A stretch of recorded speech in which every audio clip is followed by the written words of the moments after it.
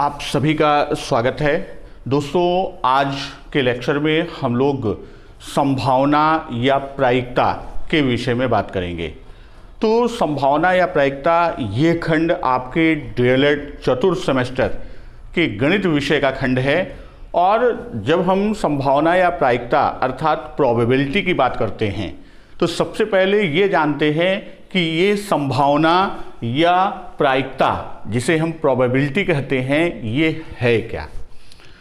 किसी घटना के होने की संभावना, प्रायिकता या क्या है, किसी घटना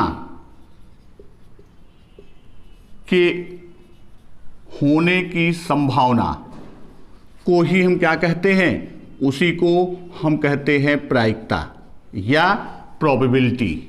उसी को क्या कहेंगे, उसी को हम प्रायिकता या प्रोबेबिलिटी कहते हैं। तो इस तरह से भी इसको हम समझ सकते हैं, जब घटना की अनिश्चितता को अंक गणित के रूप में निरूपित किया जाता है तो उसे हम क्या कहते हैं, उसे हम प्रायिकता कहते हैं।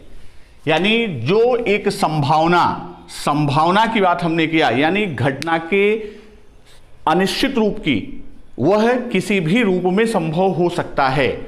तो जैसे हम बात करते हैं कि सामान्य जीवन में लोग बात करते हैं, जैसे इस समय बारिश का मौसम है और आसमान में हल्के बादल हैं, तो व्यक्ति एक संभावना व्यक्त करता है कि आज बादल हैं, बारिश हो सकती है।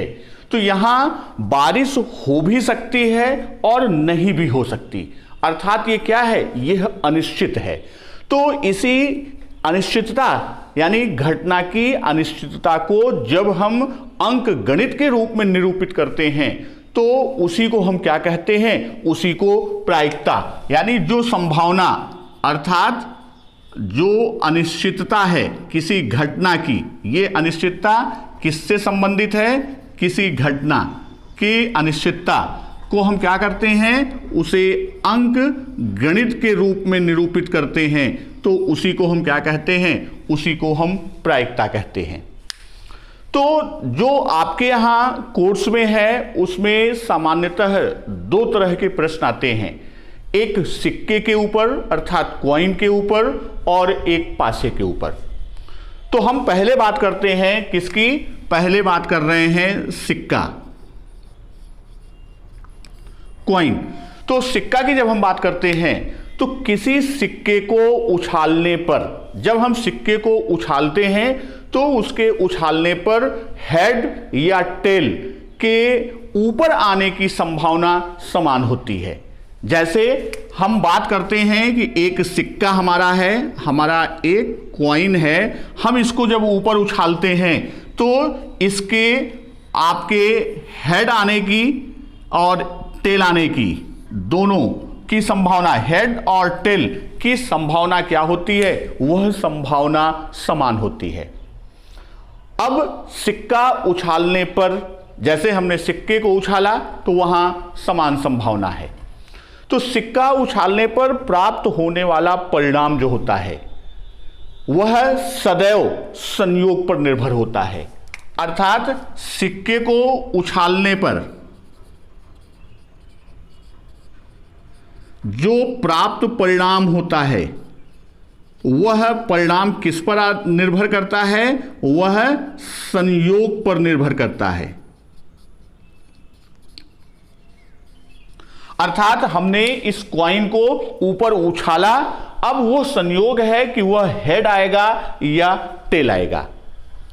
यहां एक सिक्के की बात किया, यदि हम दो सिक्के को एक साथ उछालते हैं, यदि यही हम बात करते हैं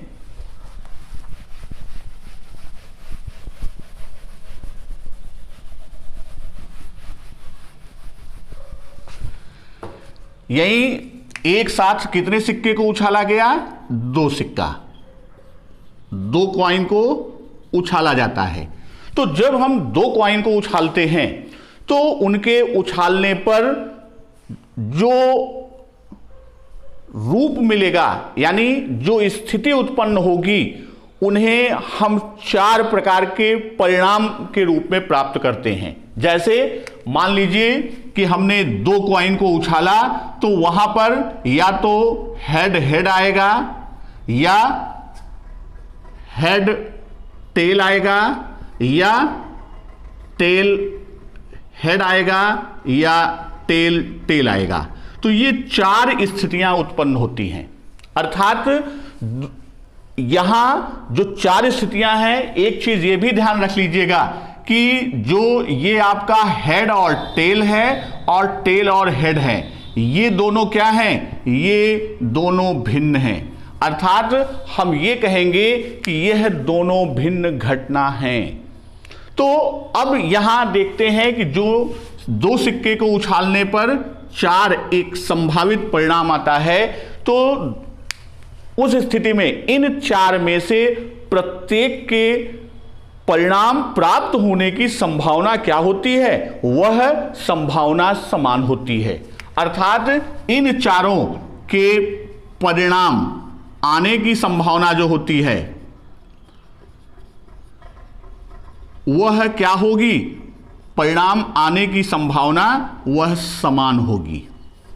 तो अब यहां हम बात करते हैं, जैसे कि 2 सिक्के से हम आगे बढ़ते हैं, हम 3 सिक्के को उछालते हैं। हमने एक साथ 3 सिक्के को उछाला। तो जब 3 सिक्के को उछालते हैं, तो इन सिक्कों को एक साथ उछालने पर जो कुल संभव स्थितियां बनेंगी, किस स्थिति में? जब हम 3 सिक्का एक साथ उछालेंगे, तो वहां पर जो स्थिति बनेगी, 3 सिक्का है तो उसकी स्थिति आपकी बनेगी या तो हेड हेड हेड आएगा, आपकी तीनों सिक्कों पे हेड आया। फिर दूसरी तरफ हम ये कह सकते हैं कि हेड हेड टेल हो सकता है, हेड हेड टेल हो सकता है, या हेड टेल टेल हो सकता है। तो एक स्थिति तो आपकी 3 स्थितियां ये सामने आई। फिर आपकी एक स्थिति आ सकती है कि आपका टेल हेड टेल और हेड आ सकता है। एक स्थिति आपकी चौथी स्थिति जो बनेगी, वह चौथी स्थिति क्या होगी? वह हेड टेल और हेड आ सकता है। और फिर आपकी जो स्थिति बनेगी वह क्या बनेगी? वह टेल हेड हेड की स्थिति हो सकती है, वह टेल हेड और टेल की स्थिति हो सकती है। तो यहां आपकी ये 6 स्थितियां बनी। अभी आपकी और स्थिति बनेगी। यहां टेल टेल और हेड आ सकता है, टेल टेल और हेड की स्थिति आपकी बन सकती है, और अंत में तीनों टेल हो सकता है, टेल टेल और टेल। यानी आपकी जब 3 सिक्के को उछालेंगे तो आपकी स्थिति क्या बनी? 1 2 3 4 5 6 7 और 8। अर्थात जब हम 3 सिक्के को उछालते हैं तो कुल संभव स्थितियां जो बनेंगी वह 8 स्थितियों में आपको परिणाम प्राप्त हो सकता है। तो यहां इस तरह से भी इसको हम समझ सकते हैं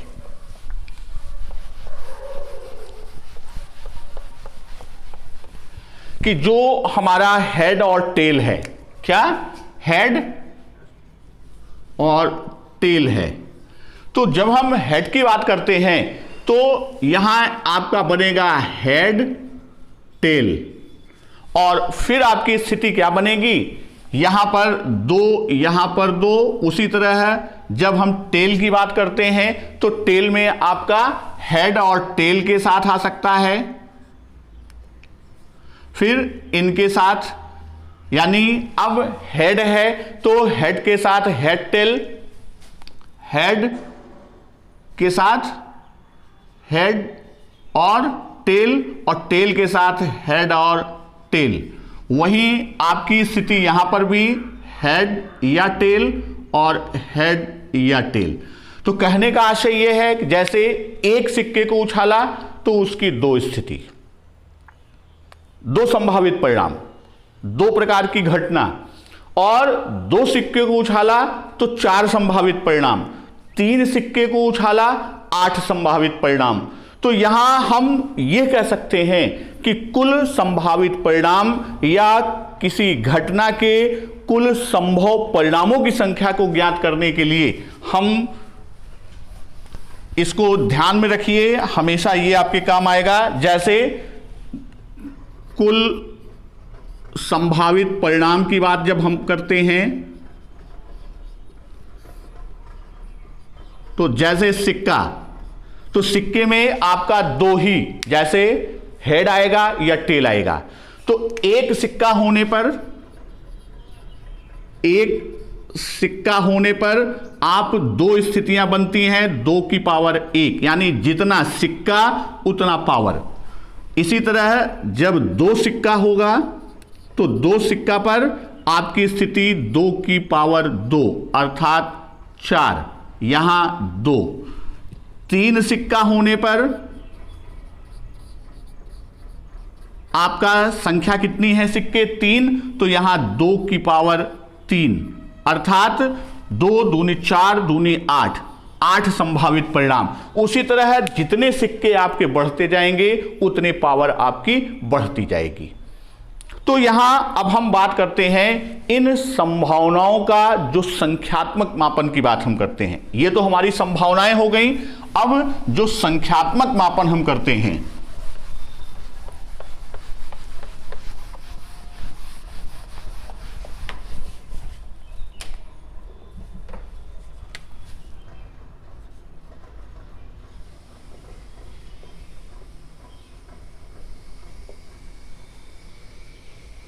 संभावनाओं का संख्यात्मक मापन।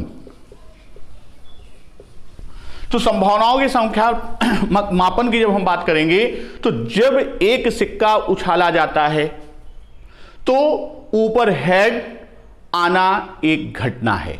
जैसे कोई एक सिक्का उछाला गया तो वहां पर हेड आना क्या है? वह एक घटना है।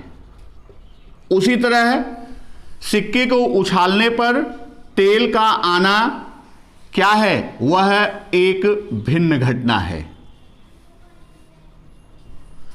तो यहां बात हम ये कर रहे हैं कि परिणामों अथवा घटनाओं का जो समूह है, जैसे यहां पर हेड को H से और टी को टेल को T से संसूचित करते हैं, तो यहां जो घटनाओं का समूह है,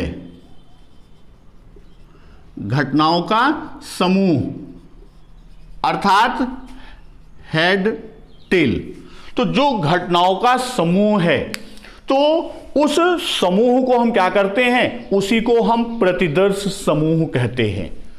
इसी घटनाओं के समूह को हम क्या कहते हैं? इसी को प्रतिदर्श समूह कहते हैं। तो प्रतिदर्श समूह अर्थात इसको हम कहते हैं सैंपल स्पेस। प्रतिदर्श समूह या सैंपल स्पेस, और इस प्रतिदर्श समूह को हम एस से सूचित करते हैं या संसूचित करते हैं। तो अर्थात यहां घटनाओं के समूह अर्थात एस प्रतिदर्श समूह जो है S is equal to H T, और दोनों परिणाम और घटनाएं क्या हैं? प्रतिदर्श समष्टि के अवयव हैं। जो ये आपके एच और टी, यहां पर एच और टी ये क्या हैं? ये हमारे प्रतिदर्श जो समष्टि है उसके क्या हैं? उसके अवयव हैं, उसके एलिमेंट्स हैं। तो यहां एक चीज ये हमारी क्लियर हो गई। इसी प्रकार जब हम दो सिक्कों को एक साथ उछालते हैं, इसी प्रकार जब हम दो सिक्कों को एक साथ उछालते हैं तो वहां उछाले जाने पर आने वाले जो 4 संभावित परिणाम हैं, जैसे हम दो सिक्कों को जब उछालते हैं तो घटनाओं का जो समूह होगा,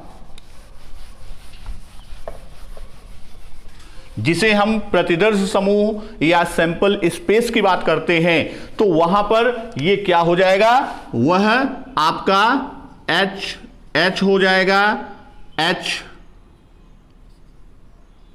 हो जाएगा और TH हो जाएगा और TT हो जाएगा। तो ये हमारे क्या हैं, इसी को हम क्या करेंगे, इसी को हम S से डिनोट करते हैं, S से संसूचित करते हैं। तो यहां इसी प्रकार जब हम 3 सिक्के को उछालेंगे तो उसकी 8 स्थितियां उसकी 8 स्थितियां क्या होंगी, उसी को हम प्रतिदर्श समष्टि या सैंपल स्पेस अर्थात S से संसूचित करेंगे। तो यहां अब हम बात करते हैं प्रायिकता की, कि किसी घटना की प्रायिकता यानी उसकी प्रोबेबिलिटी कैसे हम ज्ञात करते हैं।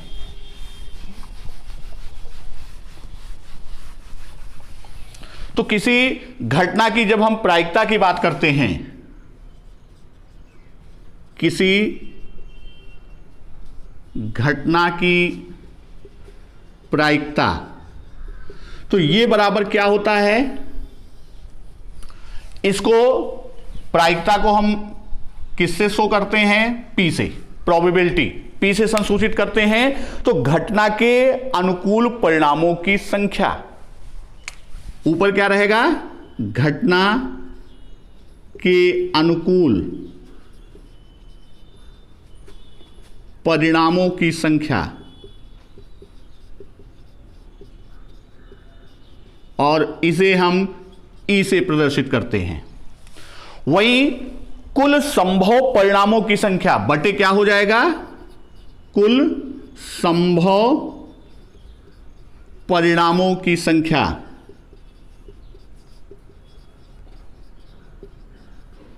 जो किससे डिनोट किया जाएगा, S से। तो यहां एक सूत्र ये आपको याद रखना है कि किसी घटना की प्रायिकता यानी probability P is equal to घटना के अनुकूल परिणामों की संख्या E अपान कुल संभव परिणामों की संख्या S। अब इसी तरह एक प्रश्न आप लोगों का आता है पासा डाइस के ऊपर, इस पे भी आता है। जब आप देखिए, आप लूडो खेलते हैं, सांप सीढ़ी खेलते हैं, आप पासे को फेंकते हैं, तो पासे को फेंकने पर पासे के कितने फलक हैं, उसके 6 फलक हैं, और उन पे जो संख्या लिखी होती है वह 1, 2, 3, 4, 5 और 6, अर्थात 6 में से किसी भी एक के आने की संभावना होती है। तो यहां जैसे हमने सिक्के की बात किया उसी तरह पासे पर भी है। तो अब यहां पर एक पासा यदि हम फेंकते हैं तो कुल संभावित परिणाम कितने होंगे, कुल संभावित परिणाम की बात हम कर रहे हैं, तो कुल संभावित परिणाम, जब एक पासा हम लेते हैं तो वहां पर कुल संभावित परिणाम 1, 2, 3, 4, 5, 6 यानी 6 संभावित परिणाम हैं। तो जैसा हमने आपको कॉइन में बताया था कि संभावित परिणाम 6 की पावर 1, उसी तरह जब 2 पासा एक साथ हम लेके चलेंगे तो वहां 6 की पावर 2 अर्थात 36। तो इस तरह क्या होगा आपका कि एक पासा फेंकने पर संभावित परिणाम 6 आएंगे और 2 पासा फेंकने पर आपके संभावित परिणाम 36 आएंगे। और जैसा सिक्के में मैंने बताया था कि जिस तरह आप प्रोबेबिलिटी प्रायिकता लेते हैं कि संभावित जो अनुकूल घटना के अनुकूल परिणामों की संख्या E अपान कुल संभावित परिणामों की संख्या अर्थात S, इन दोनों का अनुपात कर देते हैं तो हमको प्रोबेबिलिटी मिल जाती है। नेक्स्ट वीडियो में हम इस पर प्रश्न लेकर आएंगे।